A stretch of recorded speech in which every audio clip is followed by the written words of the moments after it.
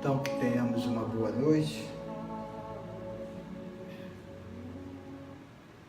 Nós vamos comentar a respeito do ateu, do incrédulo. É comum quando as pessoas não acreditem em grande, através do falso profeta, distorceu tudo o que vem a ser uma ligação direta com Deus, sincera, não acreditando nada. Isso é uma das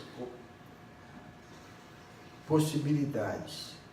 A outra é quando ele chega recentemente de um mundo de reinos e começa a sua caminhada como personalidade. Ele não tem consciência, expansão consciencial, muito embora não seja da índole má, mas não acredita porque não expandiu a sua consciência, não tem consciência do que isso representa, um Criador. E o outro é da índole má, quando vem muito embrutecido, escolhe esse caminho de trevoso ou equivocado dos princípios divinos, e aí não acredita mesmo, não acredita em força suprema, Criador, não acredita em Deus, não acredita no ser Criador. Todas essas possibilidades, quem acredita precisa entender e respeitar, porque é muito deixar de lado, não investir, ou não contribuir. E conforme Jesus disse, tem hora que a gente pensa, estudando pérola ao amor, isso vai ajudar muito amanhã ou depois, ou em outra encarnação, mais aflorada. Então, muitos dizem o seguinte: eu sou ateu graças a Deus. Age com bondade, age com amor, já um grande passo dado para uma expansão consciencial e se alinhar nos princípios. Caminhos é opcional, obras, cada um escolhe qual caminho a trilhar. Isso chama-se livre-arbítrio. E quando a gente escolhe um caminho, as consequências desse caminho. E quando a gente não liga para as consequências, a gente acaba acostumando e gostando desse caminho tortuoso, que muitas vezes a gente conversa com esses irmãos trevosos, já num buraco negro, esperando a segunda morte, a pessoa não aprender a vibrar no amor. E esses mandamentos, 10 mandamentos, é baseado no amor verdadeiro. Principalmente o primeiro, amai a Deus sobre todas as coisas e o próximo como a ti mesmo. Aí a gente vai começar a entender o que é princípios divinos, o que é as escrituras sem distorções. Então, fica muito difícil para quem não quer seguir isso e entender o que vem a ser uma lei. E começa a fazer a sua lei baseada num sistema doentio. Então, se eu acredito em determinada coisa que não tem os princípios divinos, cada vez eu vou me interessar a estudar aquilo e vou procurar expert daquilo. Então, um autor, um filósofo que também não acredita, essa força divina, esse impulso divino que existe em nós, amor, fraternidade, caridade, perdão, tudo isso está calcado na energia do Pai. Alguém tem alguma pergunta em relação a isso? Nelson. Oi. Minha pergunta é sobre a segunda morte, a questão do... Ok. Se alguém estiver nos ouvindo aí, vendo, dá um ok, por favor.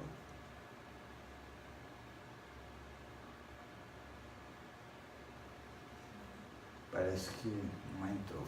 Bom, vamos continuar. E esses seres, eles vêm numa situação compulsória, passar por um processo de expiação. Então, o plano espiritual concede oportunidade para esse ser que ele nota que tem alguma chance de permanecer numa nova era aqui, vem como compulsório, numa expiação, e nessa expiação vem num processo muito difícil, enfrentando vicissitudes muito doces, e sai de uma inércia, para que não sinta que isso daqui é uma colônia de férias.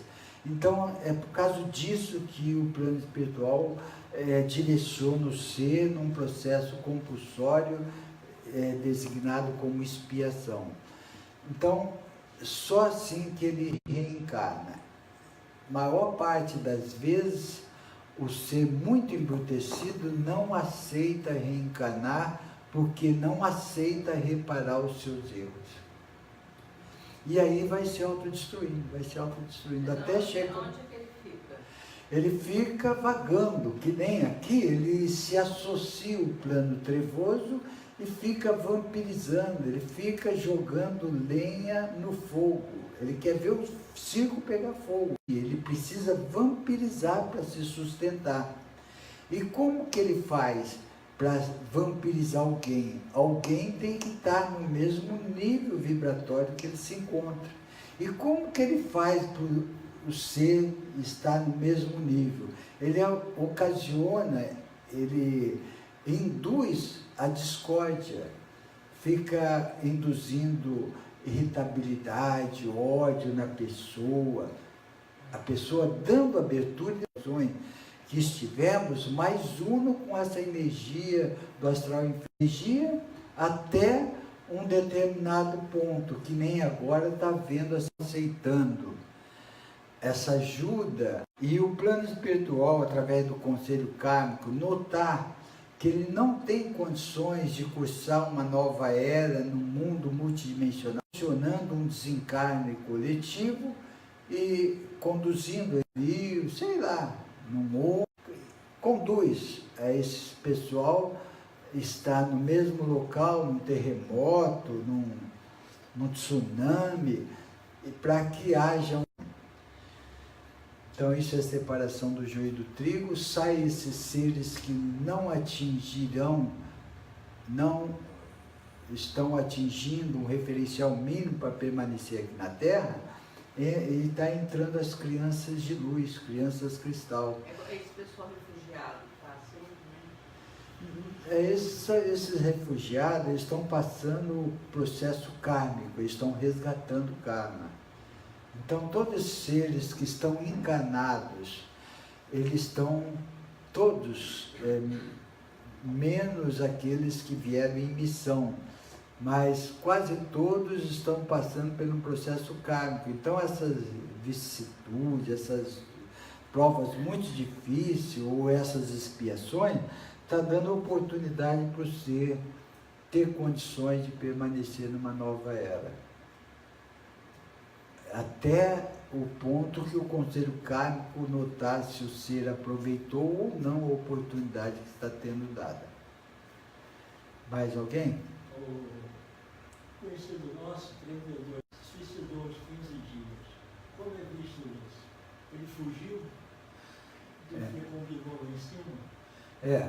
O suicídio é muito prejudicial ao ser, à evolução do ser, e traz muito sofrimento.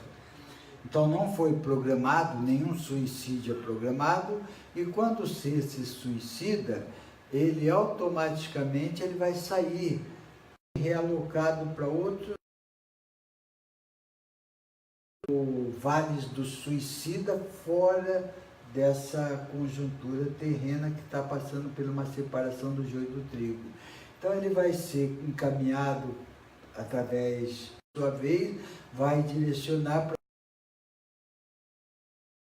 que entrar num processo de vale do suicida para poder reparar e se preparar para entrar num umbral, do umbral passar para uma colônia espiritual para poder reencarnar, para poder resgatar seus erros. É um processo muito doloroso.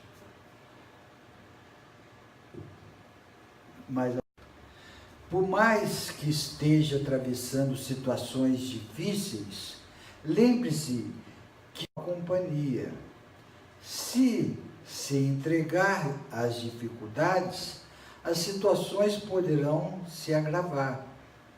Lute para que a esperança e a alegria tome o lugar das tristezas geradas pelas situações adversas. Ao invés de se lamentar e ficar num canto chorando, enxugue as lágrimas e reaja. Dê um passeio, busque companhias agradáveis, afaste-se dos pensamentos negativos. Essa postura trará de volta a satisfação do seu amor. Amor por você e amor pela vida, mesmo que esteja enfrentando dissabores. O seu amor é o seu escudo protetor. Alimente-o com os bons pensamentos, sendo condescendente com você, com os outros e com sua vida. Dias melhores virão com certeza. Basta que acredite na força do amor, em si mesmo e na sua capacidade de transformar a vida naquilo que realmente deseja. Entregar-se desejadas. Precisa se movimentar com assertividade, autoconfiança e perseverança. Eu vos abençoo, querido e amado Mestre Sananda. Nesse sentido, a vida está dura, a rapadura é dura, mas é doce. O limão está azedo, mas eu posso fazer uma limonada. A vida está dura, mas estou me tornando um mestre, estou me fortalecendo. Então eles ensinam a gente coisas boas e tirar a lição das ruins. O que mais, de um modo bem grande da humanidade, número bem grande, o que mais se faz é com os problemas e não ter tanta capacidade de solucionar os problemas, porque está envolvido emocionalmente, porque nós abrimos a porta para isso, porque nós atraímos esses seres. Possamos analisar direitinho como funciona isso e lutar para que isso não aconteça. Abaixei um processo difícil, foi um processo que saiu da minha alçada e tal. Pare, nunca recue. Atento sobre nós é a abertura que damos quando recuamos, quando a gente desanima, quando a gente fala, quer saber de uma coisa? Não consigo, isso não posso, isso daí cria barreiras ao invés de criar ponte. E com isso o plano errante enfraquecer cada vez mais, até chegar a um ponto que a gente não consegue sair sozinho daquela situação. Precisando de psicólogo, às vezes psiquiatra, precisando de grandes trabalhos espirituais profundos. Esperemos que isso aconteça para que o sonho se estabeleça em cada um de nós. Conforme eles nos explicaram, a vida está ruim, sai da sua casa, não fica se lamentando, chorando no ninho com a janela fechada, sai, vai dar uma volta. Nós temos tantos lugares bonitos aqui, numa floresta da Tijuca, numa praia. Quem não tem, quem mora longe da praia, deve ter algum lugar que possa arejar, desnuviar. Escolha o lugar que mais lhe agrade, faça coisas que mais te eleve. Assim nós vamos se desgastar com aquilo, ver essa situação. Isto é crescer espiritualmente, isto é se fortalecer. Agora, amigo, tudo isso são coisas assim, fica murmurando, sempre frustrado, sempre melindrado, sempre para baixo, baixa autoestima. Aí muitos acabam criando uma resistência de conexão com Deus e se julga ateu. E eu não acredito em Deus, Deus se afastou de mim, Deus me protege, tudo que é de mal acontece comigo, e eu não me dou, e eu encontro muitas dificuldades, aí vai se revoltando. Porque é tão importante a gente estar assistindo palestras aqui, ali, expandir, isso expande, meios edificantes, sabe? Trabalhos altruísticos, expandindo a consciência, expandindo cada vez mais, nós vamos entendendo mais, conectado com mais consciência com a nossa hierarquia, o ajustador de pensamento vai impulsionando o lado divino, os impulsos divinos vão ficando latentes e não tem volta. Aí é só júbilo, só crescimento espiritual, cada vez sofrendo menos, tendo alegria mais, a tônica da luz. Perguntas? Ajustador de pensamento seria o eu superior? Como?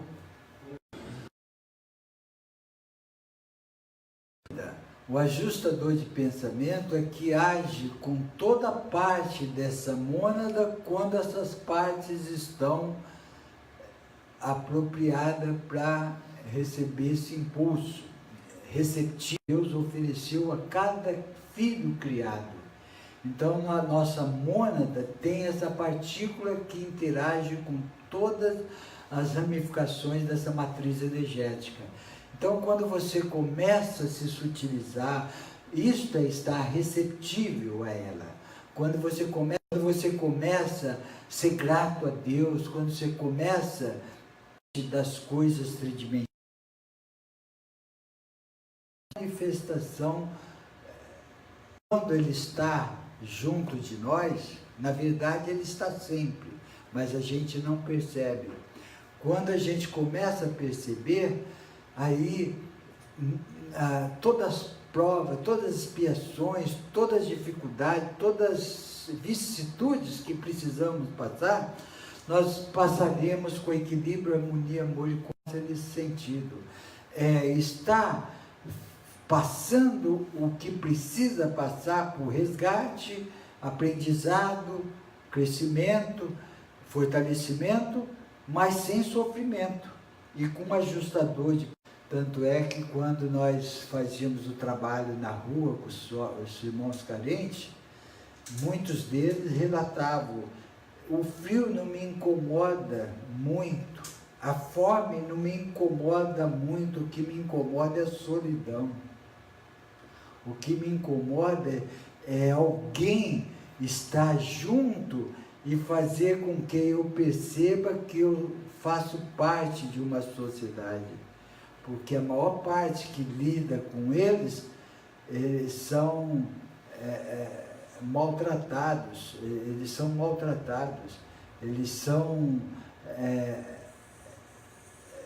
eles não existem para uma sociedade. Isso machuca muito, essa solidão. Então é uma prova muito difícil, que eles necessitam de muito amor. E quando se faz uma oração dada a uma corrente assim, eles dizem que desse amor. mas conscientes de que estão pagando o que fizeram. É obrigatória, mas a luz oferece possibilidade de enxertar a semente em ventos menos amargos, menos espinhudos. Então, se eu quero transformar um erro cometido no passado, Deus me dá a oportunidade de resgatá-los através do amor, do bem que eu faço para o meu semelhante, da aceitação, resignação, paciência, fé, alegria, ajuda fraterna, sabe? Tem muitos seres, a gente vê algumas reportagens que um ser deitado no chão, mendiante, dá alguma coisa que ele tem, algumas moedinhas, algumas blusas para o outro que ele sente. É uma despertar essa postura fraterna. Então, a gente não ficar nessa teia alimentando o plano errante, impulsos primitivos e as paixões agressivas e levianas. Mas, certamente, todo sonho e trabalho confiam e perseveram, semeando em tempo próprio, no intuito de colher no futuro frutos de paz e alegria.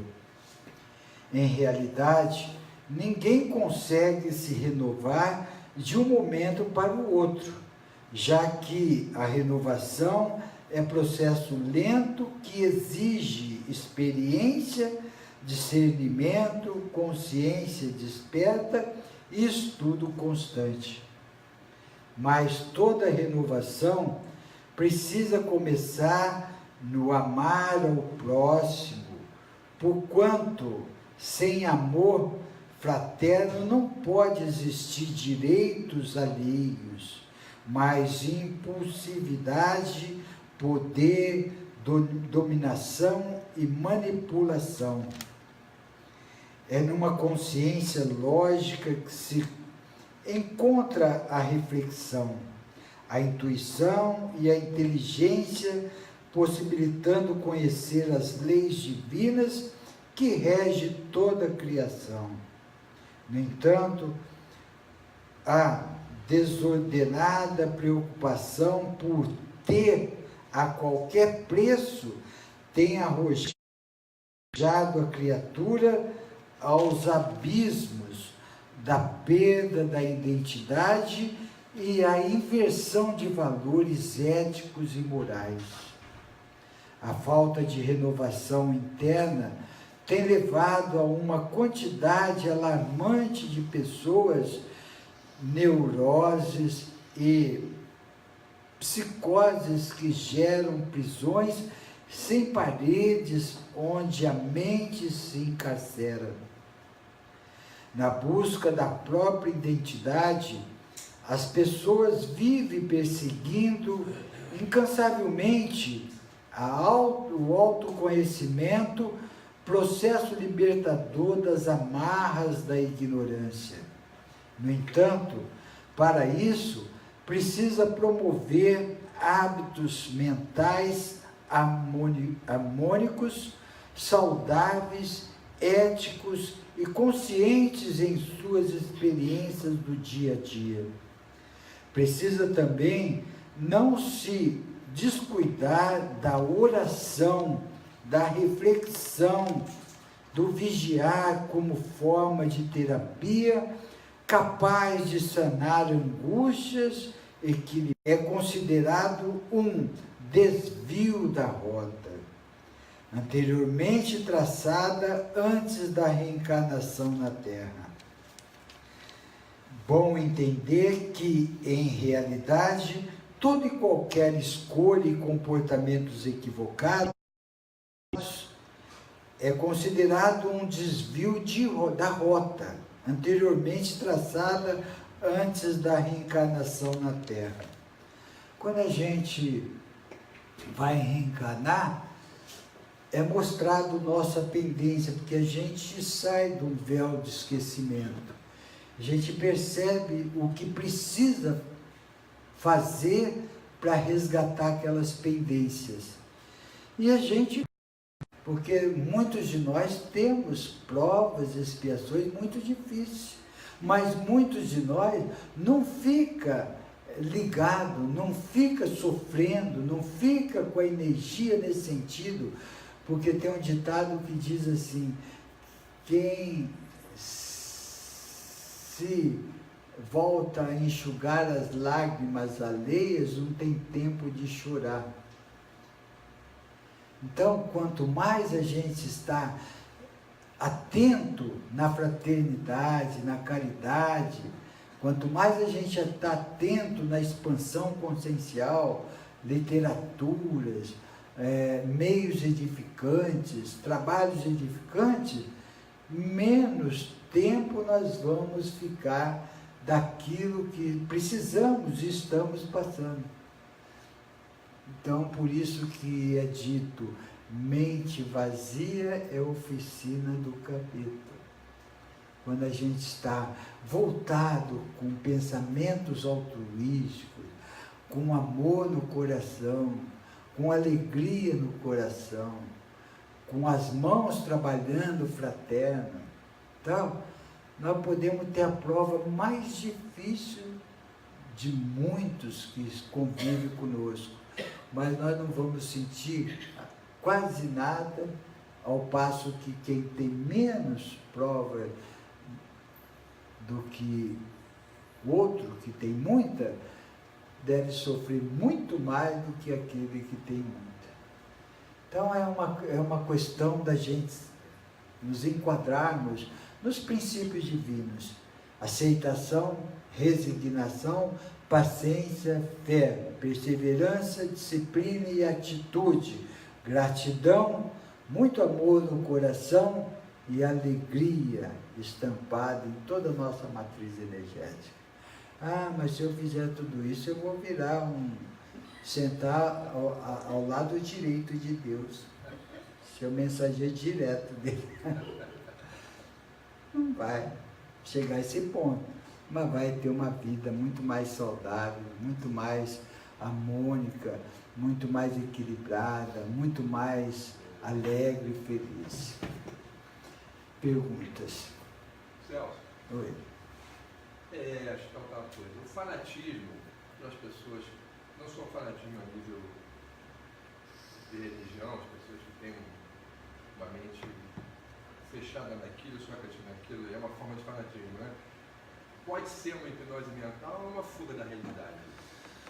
O fanatismo, em primeiro lugar, é uma ignorância. Todas as pessoas fanáticas são ignorantes dos princípios divinos, porque é dito alto e bom tom pela espiritualidade: cuidado com aqueles que se exaltam em meu nome. Quem tem uma expansão consciencial, quem trabalha ligado aos princípios divinos, são menos ligados ao fanatismo do que esses que não têm essa consciência. Então, o fanatismo está ligado à ignorância espiritual. Os mestres dizem: quantos que não olham 3 vezes, 10 vezes, se agacham no templo, ora, chora, e tem uma disciplina só da boca para fora, porque os seus comportamentos internos, seus pensamentos, palavras e ações são inadequadas daquilo que ele mostra para os outros. Muitos vão no templo, faz uma oração através de rituais, mas os seus procedimentos são completamente diferentes daquilo que fora explicado por Jesus. Então são hipócritas. Hipócrita porque está na ignorância. Para eles, aquilo lá, se eles não fizerem aquilo, eles não estão com Deus. É uma fé cega que vem o fanatismo. Uma fé cega que vem o fanatismo. E todo mundo que tem uma fé cega, porque está na ignorância. Não, tá bom? Deve ser o Facebook. Hein? Deve ser o Facebook. É fez. Então, agora está entrando outra vez aí. Tem pessoas que eles são levados ao fanatismo. Tem muito exemplo aí, né, em algumas religiões, os próprios levam ao fanatismo das pessoas. Bom, o que eu perguntei para o plano espiritual, desculpa que está caindo a internet aí, vocês estão nos assistindo, mas não depende da gente do Facebook, alguma coisa parecida. Bom, muitas pessoas são conduzidas ao fanatismo, mas aí, se ela ficar, porque ela se identifica. Se ela ficar, porque ela gosta, ela está vibrando naquilo. Porque muitos vão e não ficam. Muitos vão, opa, isso não é para tal, pô, não gostei dessa vibração. Sai de fininho, sai logo. Agora, quem fica é porque gosta, porque está uno. Então, eu fiz essa pergunta relacionada ao Hitler. Eu falei, o Hitler tinha vai lá e se aliste lá para ser um soldado, para ser um general, para ser, sabe? É tudo uma conspiração. E se ela for entrar de gaiato, ela sai logo. Isto, nesses segmentos religiosos, nesses segmentos. Eu estava vendo uma reportagem do Papa, esse Papa Francisco, as intenções dele é das melhores possíveis, mas ele não pode fazer tudo o que ele gostaria de fazer, porque é uma máfia. Para que haja uma despolarização, para que possamos sair de uma inércia. Isso daí é uma conta, para mexer, para tirar uma consciência coletiva da inércia, despolarizar. Oi. Essa questão de a gente ser feliz, ela causa um pouco de dúvida quanto ao limite disso. Porque às vezes a gente está na caridade, a gente está servindo, isso, claro, causa uma felicidade muito grande na gente. Mas às vezes a gente se vê também querendo satisfazer pessoalmente uma coisa na vida, uma praia, fazer uma coisa boa, fazer um esporte. Sei. E às vezes parece que dá um pouco de dor na consciência, mas eu poderia estar fazendo mais pelos outros. Não, esse sentimento de culpa não tem. Então, esse limite é difícil da gente estabelecer. Qual seria mais ou menos esse O equilíbrio, né? equilíbrio entre Tá. o outro? O irmão está perguntando o seguinte, nesse processo de fraternidade, nesse mundo tão necessitado que nós vivemos, quando ele vai numa praia, num restaurante, comer uma comida melhor, ele fica às vezes, será que eu não estou exagerando nisso? Será que eu não poderia estar ajudando mais? Não pensa assim. O seu conforto não é luxúria, vaidade, ostentação, não é exagero, mas faça aquilo que você teve de merecimento através de uma prosperidade material e espiritual.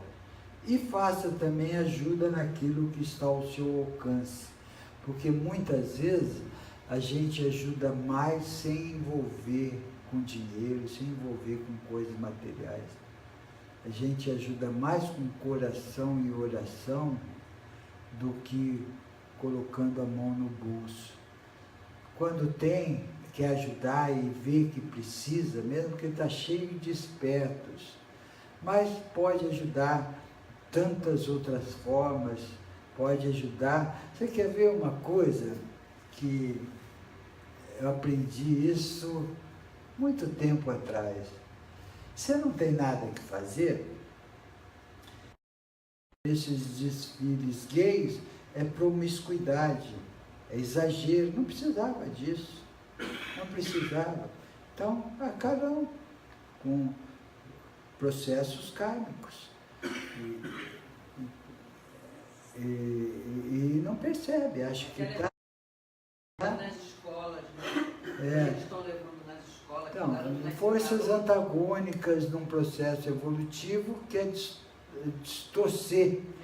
Não pode ter crítica, não pode ter julgamento, cada um faz, mas não dentro de um conceito de uma sociedade.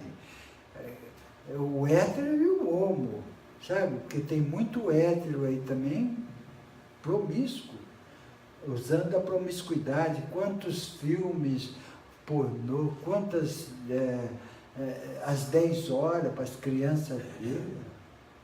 Está tudo distorcido os valores. Então, aquele que quer sair desse sistema e aprender com esse sistema, tem condições. Aqueles que não querem sair desse sistema e ficar nesse sistema, sofrem com esse sistema. E cresce pouco com esse sistema. É um jogo no horário do trabalho, nós não vamos funcionar. Que nem hoje não foi no horário de trabalho, foi às 11 horas. Terminou 1 hora o jogo e a palestra era 15 horas. E muitos entenderam que era no dia do jogo.